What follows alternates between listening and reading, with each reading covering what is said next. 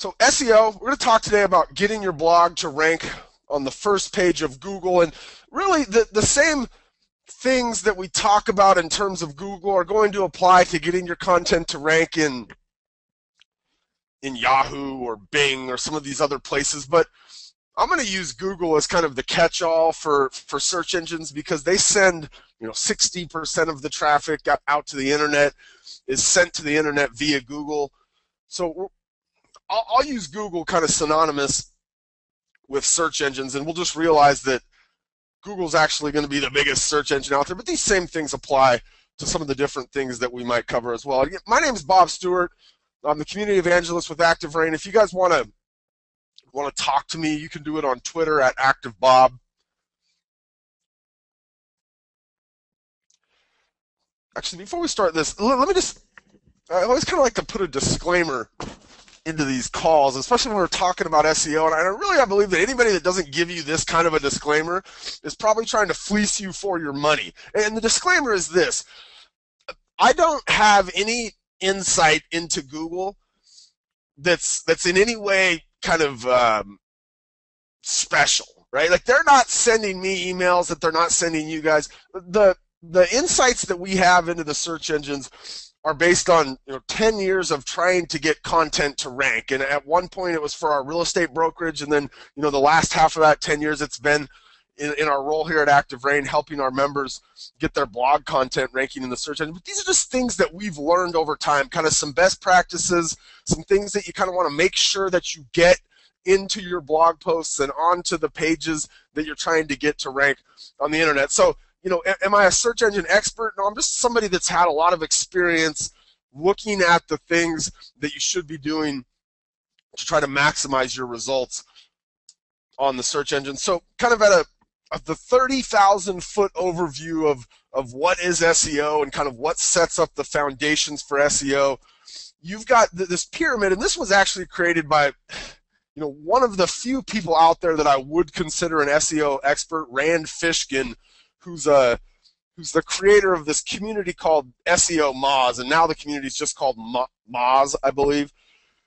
But Rand, much like ActiveRain is a community of real estate professionals, SEO Moz is a community of SEO professionals, right? People that do this for a living. And this is kind of what Rand has said as the foundations of search engine optimization. And at the base, and this is mainly what we're going to be talking about today, is content quality and accessibility. Like, are you writing good things that the search engine wants to return to its customer? And remember, the search engine's customer is going to be the person that goes to Google and types something in. But are you creating content that's of a high quality? And then is it accessible? And by accessible, they mean, do you kind of do the right things on the page so that when Google's little spiders go out there to crawl the internet, that they're able to find your content and then that they want to return it as a result? So there's just some things that we need to do on the page, and we'll talk about those things today.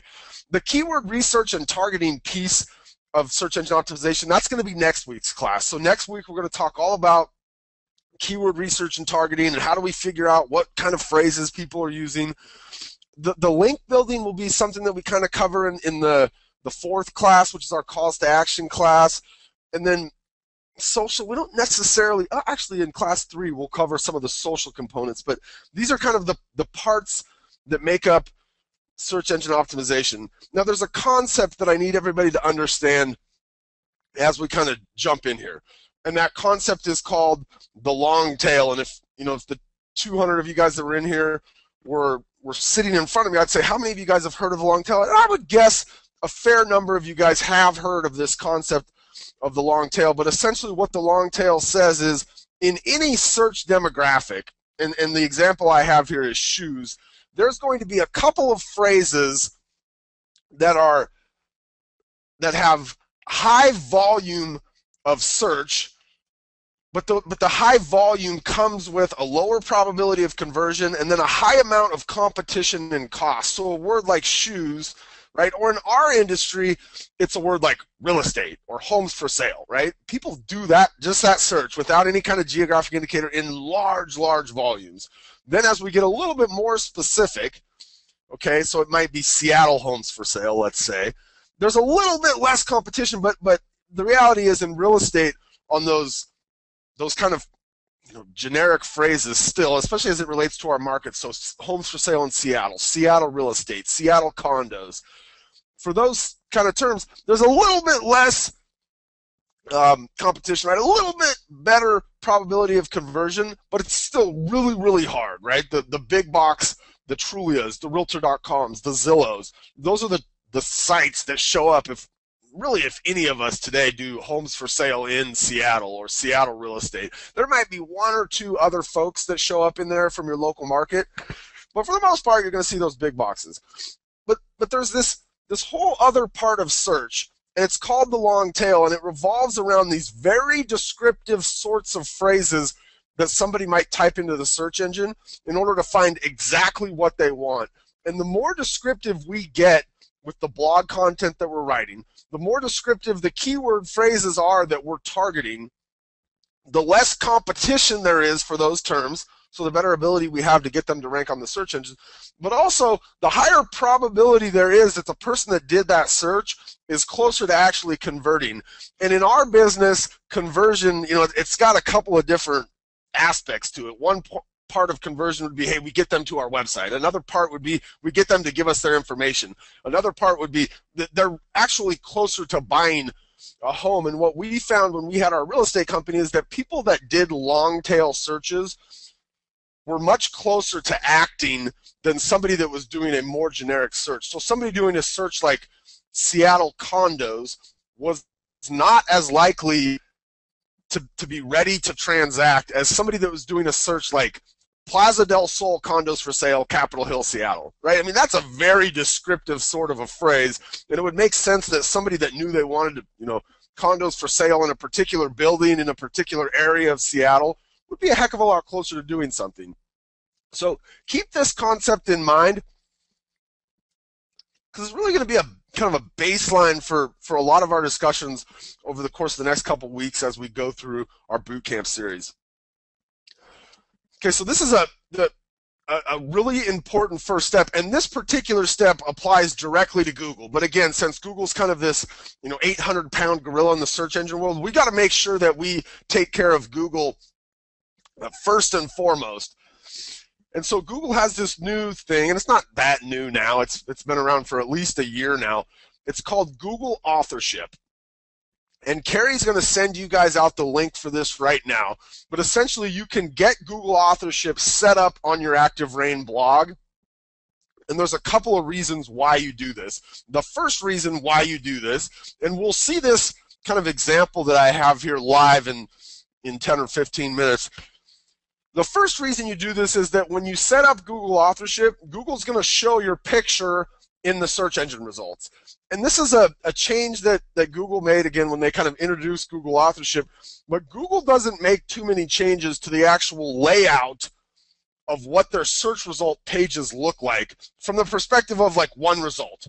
Right now, they'll do some different things. They've started to add video, or they'll add images, or they're doing some different things in the results. But an individual result, and this is Barbara's individual result for Aspetuck Village condominiums. Those don't change very much, right? They've got a title, the part we can click. They've got the green part right there, which is kind of the URL structure of the page.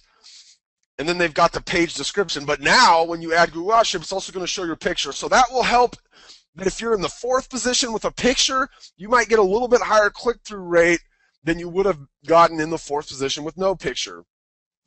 Now, the second reason why we get Google Authorship set up, and probably the more important reason, is Google Authorship allows Google to see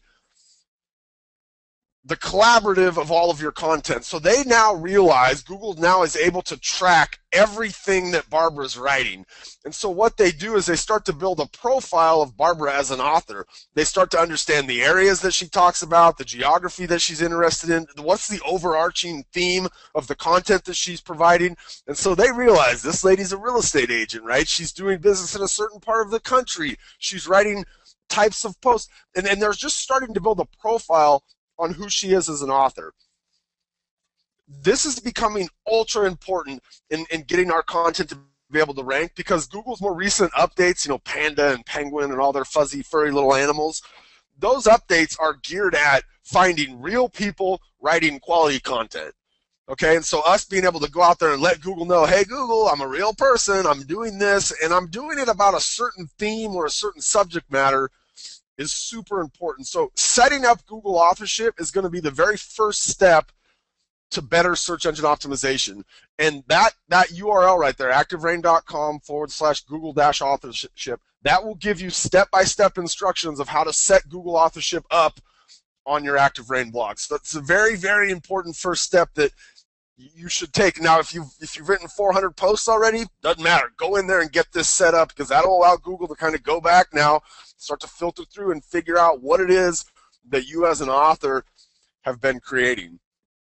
Okay, so let's talk about kind of four the fundamentals, just things you want to consider with every single post that you're writing. I actually have a little, I didn't update this. I updated the slide after. But so how to get found on page 1 of Google. We're going to go through each one of these things individually, but essentially you want to have a blog post with some number of words, and that's the part that didn't get updated.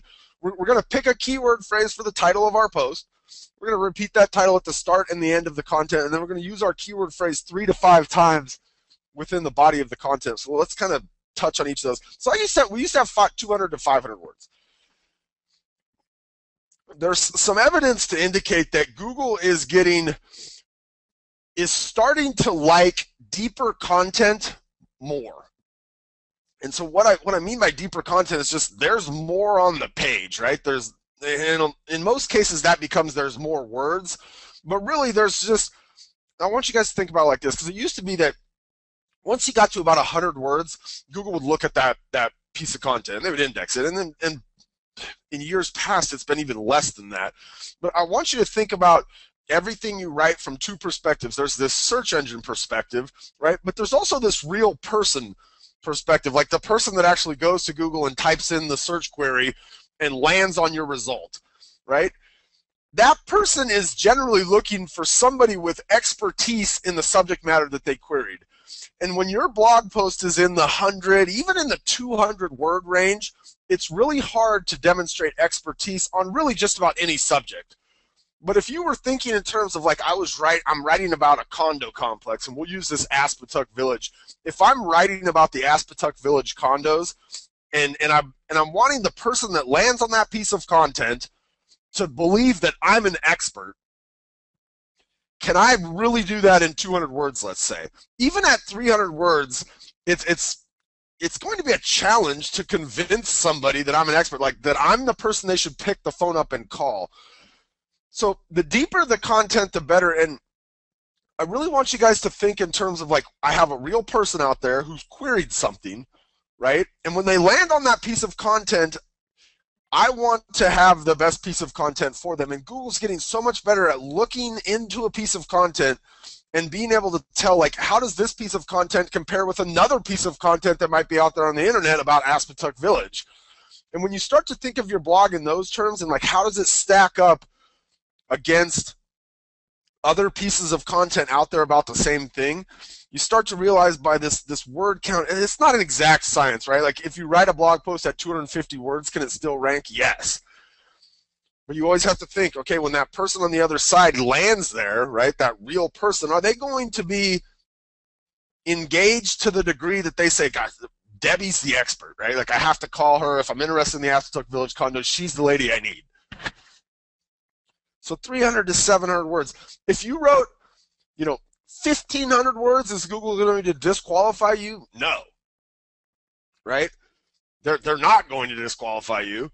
In fact, they may even give more precedent to that, kind of depending on the subject matter, right? If it was 1,500 words on, a particular condo building, that's probably going to be okay, right? There's probably enough to say about a building like that. Okay, so we're going to have some depth to our content. That 300 to 700 words means we've got some depth to our content, right? There's really something there for somebody to be able to consume when they land on the page. So we're going to pick a keyword phrase for the title of our blog post. And this becomes one of the most challenging parts about all of this, and it's why we do a whole hour on this. And so the second class in this series will be all about this concept. Right? But a couple of things. And again, we'll really dive into this next week. One keyword phrase per post.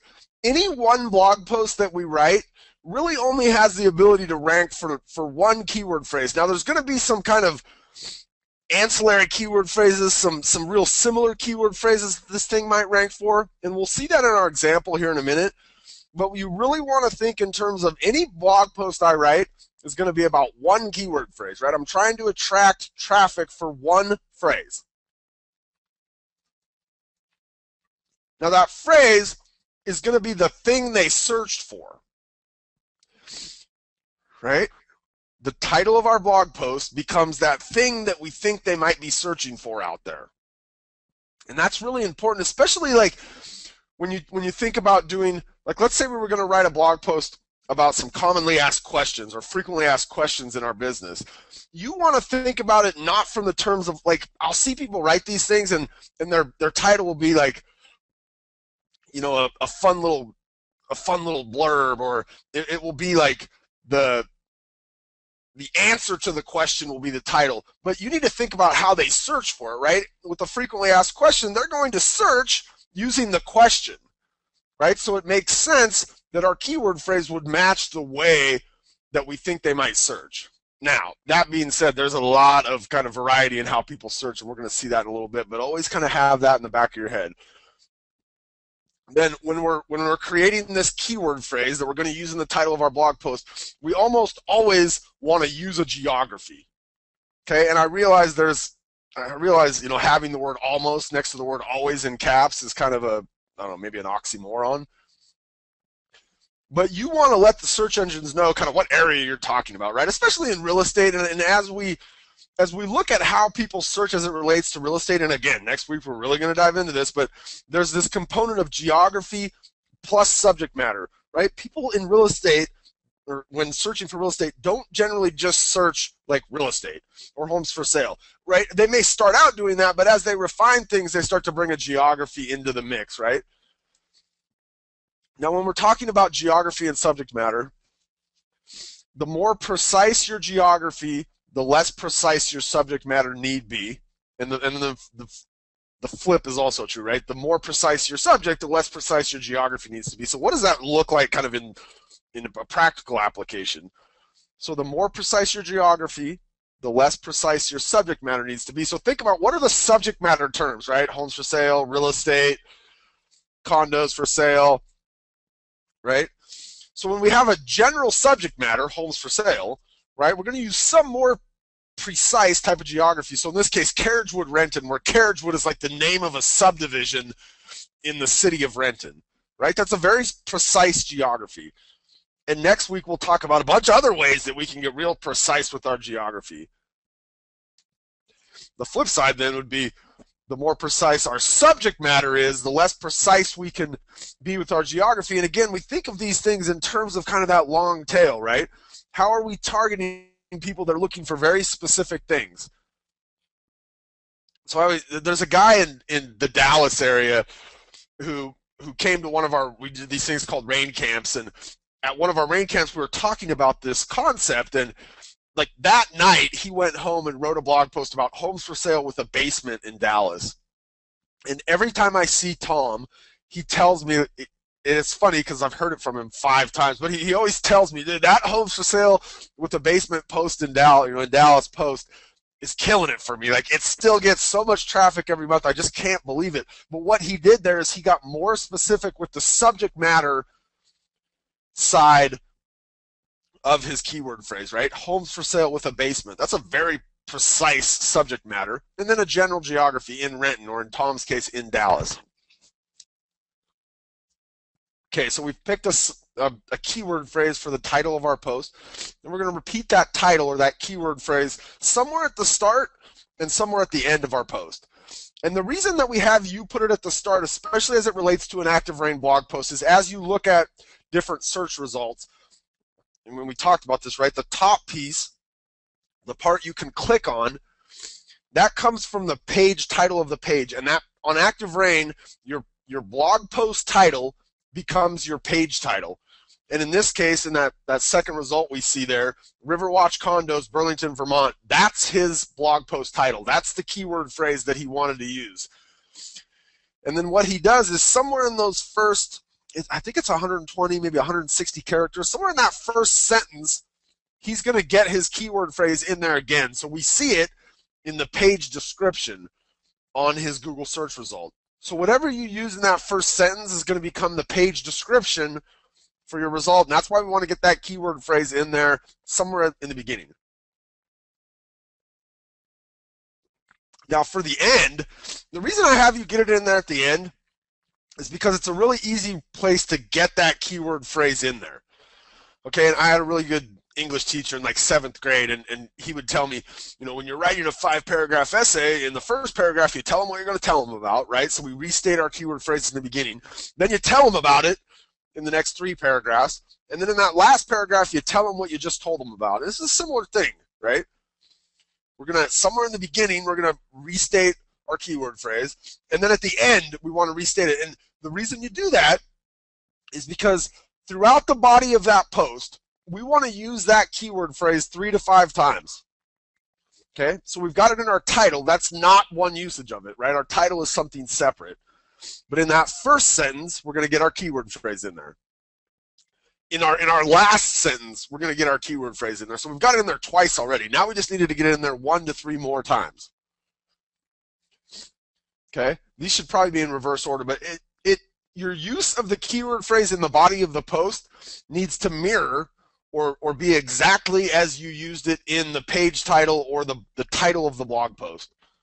So when I picked my keyword phrase, like in his case it was Riverwatch Condos, Burlington, Vermont, he needs to have that exact phrase in his post 3 to 5 times. So he got it in there once in the beginning and once at the end, right? So 1 to 3 more times in the body somewhere. It needs to be that exact phrase.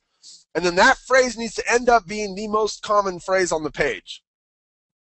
Generally, when you get it in there 5 times, it kind of ends up being the most common phrase. But we're just trying to get all these kind of cues to add up for Google. This last kind of piece on here, does the body have similar content?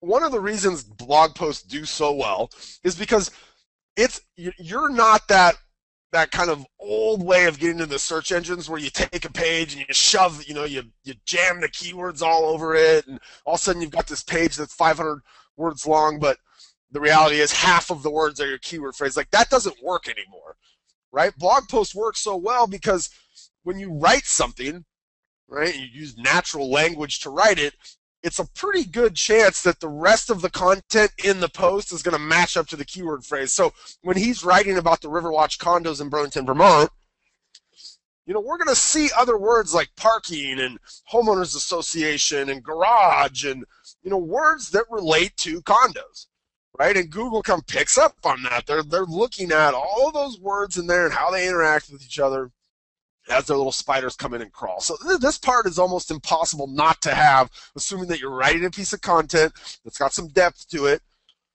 right? You're going to end up with content in the body that's similar. One thing I want you guys to think about, this really goes back to the 300 to 700 words, but who has the best piece of content for what you're writing about? Like, when you really take an honest look at the piece of content you've provided, like, should Google actually return it as a result to their customer?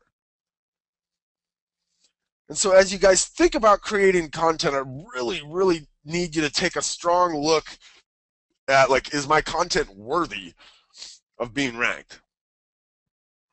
Okay, so let's go live here for a second.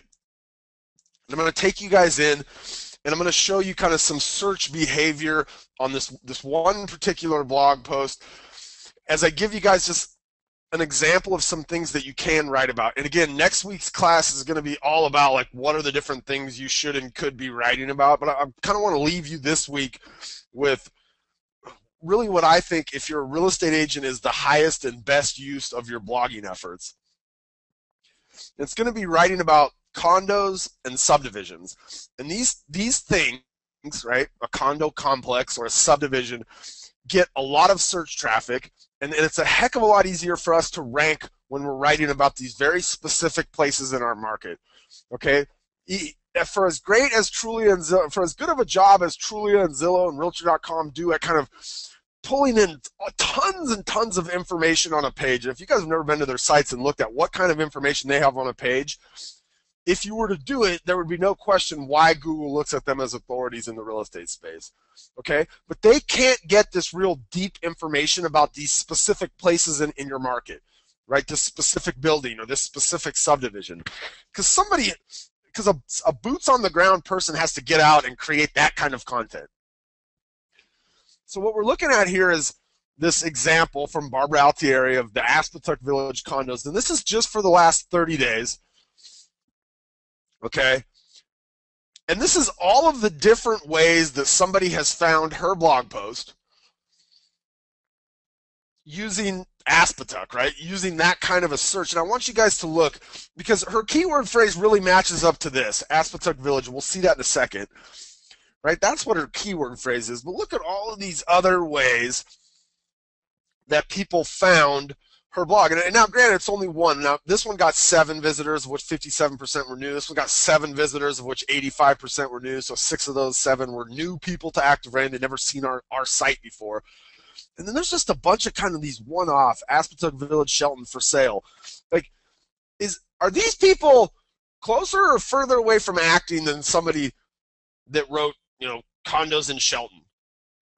They're obviously closer, right? They're very precise in what they're looking for. This is great traffic. Even though this exact search phrase only sent 1 visitor, like, I want that visitor on my blog.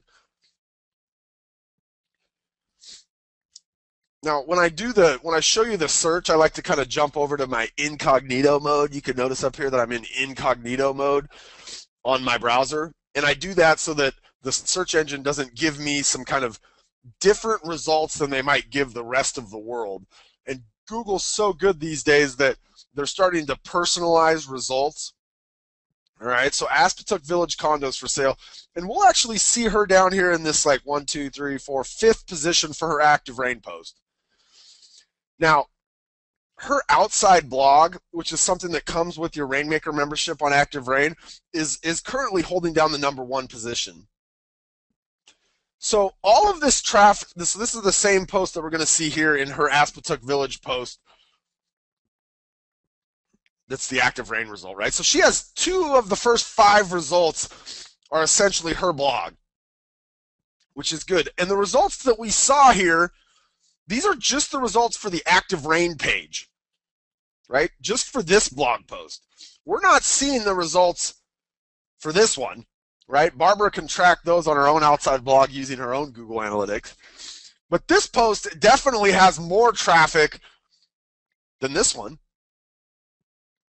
right? Than the 31 visits we saw in the last 30 days about Aspetuck Village condos. So that's good. She's got 2 results here, but now notice her picture's showing up, right? So that's going to get her a higher click-through rate. Like, people might come down here. Google's telling us that there's higher click-through rates on Google authorship than not. So if she was here in this 5th position without that, she probably wouldn't be seeing the kind of results that she's seeing right here.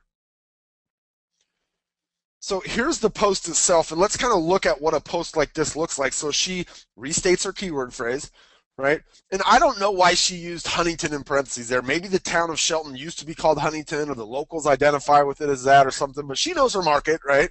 I'll trust she did that for a reason. But Aspetuck Village condominiums in Shelton CT, let's say that's her keyword phrase. Okay, so she's got it in there once. As we come down here to the bottom, Aspetuck Village condos in Shelton CT, there's kind of a second usage of it. Now, I would hope she's got it in here a 3rd time where she's actually using that phrase, Aspetuck Village condominiums in Shelton CT, right, a 3rd time. We can look at her images. We'll talk about those in a second. Aspetuck Village, like this one might have wanted to say Aspetuck Village condominiums in Shelton CT, right, to get like a 3rd usage of it in here. She's got a keyword phrase in here. We're going to talk about this in just a second. It's a link. That's a good thing. But what is the body of the content? So she's got, I call this flowery introduction, right? Then she talks about the units or the complex itself.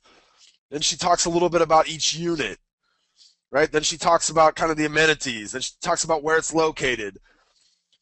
She comes down here, she gives us a video, right? Like, she's got some pretty good depth to this content.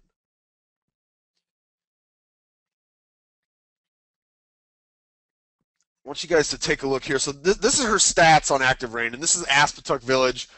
This thing's had 5,400 clicks on it. Now, granted, it's 3 years old, right? But if we divide that up, and we're still looking at 125 clicks a month on average over the last 3 years. This thing has gotten. It's slowed down a little bit, right? Because we only saw 31, but some of that has to do with the fact that her own outside blog is now taking a bunch of that traffic.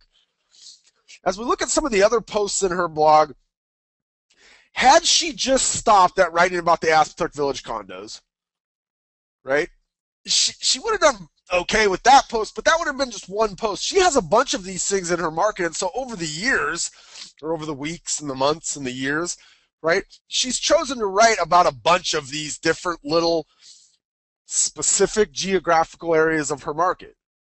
Right? This one has 3,600 clicks. She has a bunch of these. The cumulative of her blog is what's going to end up having an impact at the end of the day. Okay, if she had just written about one of these things, she'd get some decent traffic, but that's not going to change her business, right? It's the cumulative. It's the 30 clicks on this post this month. It's the 40 on this one. It's the 15 on this one.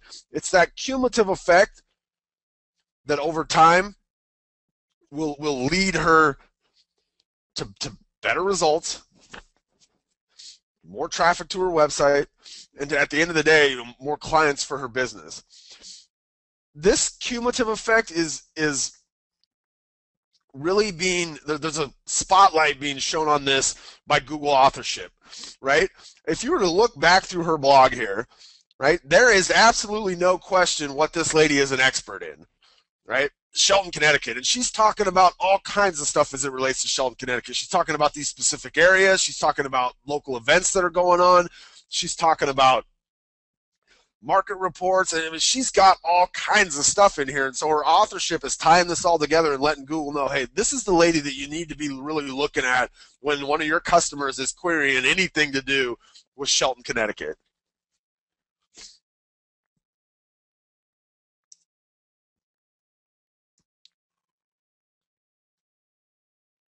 Okay, let's talk about a couple of kind of commonly missed opportunities, and we saw Barbara take advantage of a bunch of these. The first one is photo metadata. Like, what?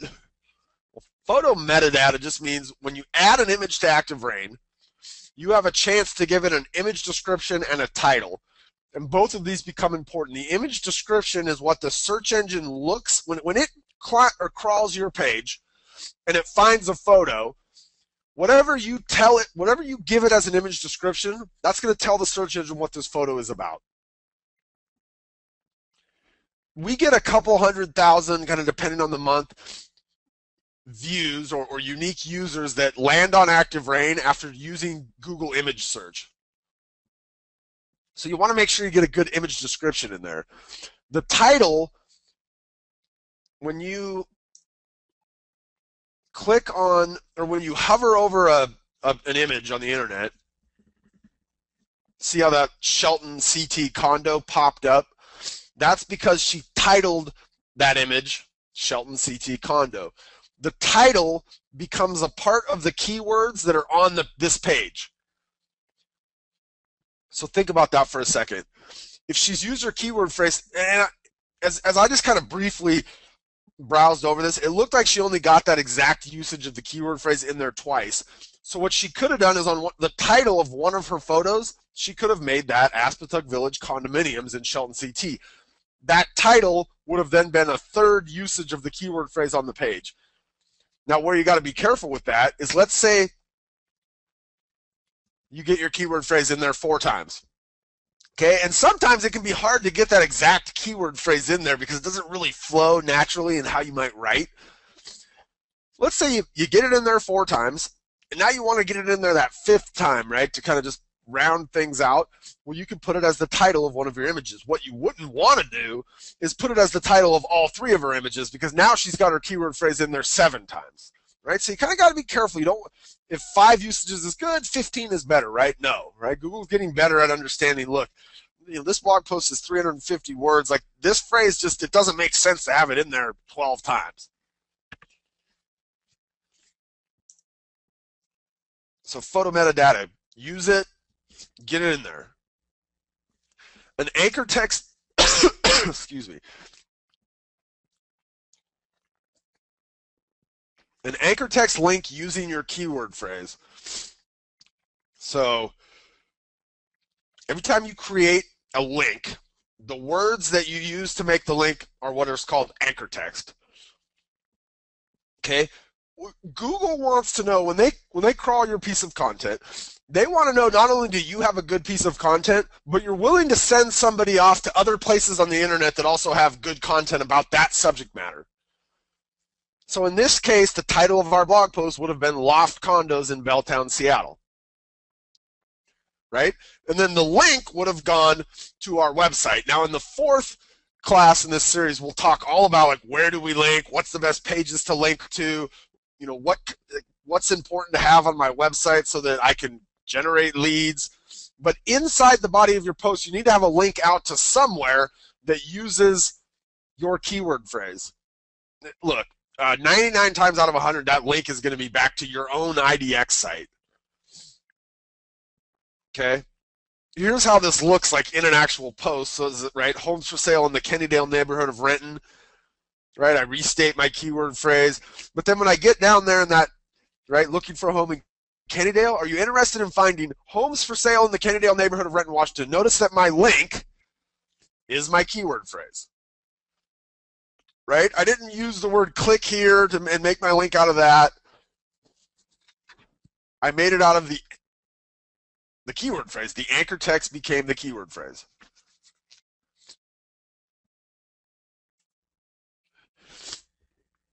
Add an H1 and an H2 header tag. You actually have the ability to do this now inside of ActiveRain, and in your blog editor there's a style option, and that first header tag is an H1 header tag, but you want to get your H1 header tag around your keyword phrase. I believe Carrie has right now for you guys like a video on how you can do that. Your H2 tag needs to go on a similar but different phrase. So in Barbara's example of Aspetuck Village condominiums in Shelton CT, that phrase would want to have an H1 tag around it. An H2 tag might go around a phrase like, find an amazing Aspetuck condo.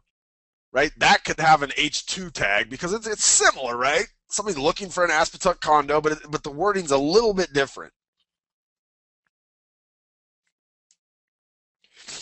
And then we're going to add additional media-rich content if we have it. Okay? Everything we're doing in here is trying to align these signals so that when Google comes in and crawls a piece of content, they say, man, this is a good piece of content. Right? We want our consumers, our customers, the searchers, to find this piece of content. So some of the additional kind of media-rich things we can do. Embedded video. Right? And I would even go so far as to suggest YouTube embedded video, right? Who owns YouTube? Google does. Google Maps, okay, another one. And Carrie's got a link that she'll send you guys right now on how to create custom Google Maps. Embedded forms, maybe content to download, anything else that you have that might apply to this piece of content. And let's go in now and look again at Barbara's post. She's got her video in here, right? And the video has a bunch of kind of information around it that's letting Google know she's talking about the same things in this video that she's talking about in this blog post. Another thing that a video can do is when somebody lands on the page, if they consume that video, it's a minute 33, if they spend the minute 33 on this page to watch that video, that's going to send a signal back to the search engine saying this page was valuable. Right? The longer we can keep people engaged on the page, the more that's going to look like to the search engine like they gave that person a good result. Right? So things like maps, and she's got a map in here that kind of maps for you exactly where the Aspetuck Village condos are. Right? And she created that custom Google map using that link that Carrie sent you guys. But this additional media-rich content may serve to keep somebody on the page a little bit longer, which is going to send that signal back to the search engine saying, hey, this was a good result. It's also got inside of it, this embedded content does, right? Like this is a Google map. You don't think that Google knows this is pinpointed on Aspetuck? Right? You don't think Google doesn't know that this video is about the Aspetuck Village condos? And as they look at this complete piece of content, right, they see good text in here, they see good links, they see good additional media, right? There's a reason why this thing comes up on that first page of the search engines.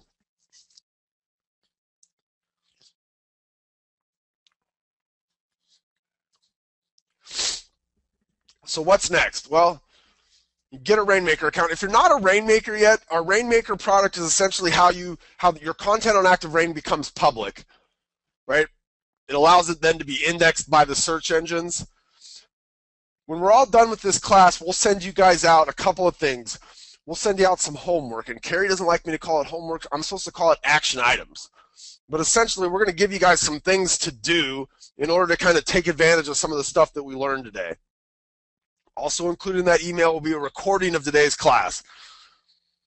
So if you want to be able to go back and look at this and know, wait, well, what are some of the things? I don't know, I missed a part there. You can go back and look at the recording. There will also then be an opportunity for you to get a discount on a Rainmaker account. I would say create a list of 10 blog posts that you want to write. So kind of think about, maybe you're in a market that has a bunch of condos, and you just go, I'm going to start writing about condos. Right? Well, decide which 10 you want to write about.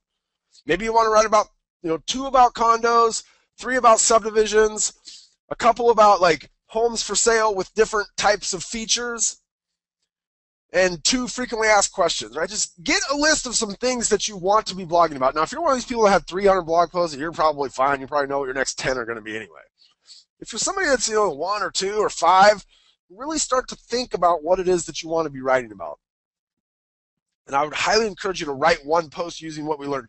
If you just joined me for the last 44 minutes, you get done with this, and you walk away and you don't do anything in the next week, you're not going to do anything with this. Or when you do end up trying to do something with it, it's not going to be as fresh and as clear as it is right now.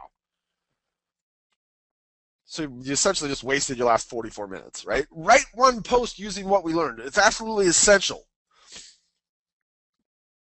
Okay, you guys are all signed up for next week's class because we changed things up a little bit. Now you signed up for 1, you got signed up for all of them. But next week we're going to talk about keyword phrases, like what are the different ways or things that we should and could be writing about that can attract traffic to our blog. Okay, we're going to know how to write them. We're going to know the things we need to do on the page, but what should we be writing about? As a part of that class, and I would highly encourage you to be able to come, as a part of that class, we give out this PDF that has 500 different ways that people search homes for sale. Super valuable for you to be able to look at it and then apply to your own market. And then use this checklist each time you write a post. So this will also be included in the action items that you guys get. Okay, this SEO checklist. But essentially just kind of goes through each of the things that we talked about in class today. Now, we didn't talk about sharing your post on social media. The third class in this bootcamp series will be all about that, right? Like once we have a piece of content, what can we do other than just sitting on our hands and hoping somebody using Google finds it? We'll talk about that in week 3. So here's your checklist. Okay, and again, this will be a part of the action items that you guys get delivered a little bit later today. I appreciate you guys joining me. You guys have an awesome finish to your week. Hopefully we'll see you next week. And like I said, next week's class, we're going to talk about keyword phrases and literally the hundreds of different ways and keyword phrases that you guys could conceivably be writing about to attract traffic to your blog. And this is, somebody looking for the Aspetuck Village, like these 7 people, of which I think 4 of them were brand new visitors in the last 30 days. I want them at my blog. I'm going to show you guys a bunch of ways that people search to find information in the real estate space that in a lot of ways kind of blows my mind, but it's the kind of things that you want to be thinking about as you're writing your blog post. That's all next week. Same bat time, same bat channel. My name is Bob Stewart on behalf of Carrie and Michelle, who are behind the scenes. You guys have an awesome rest of your week.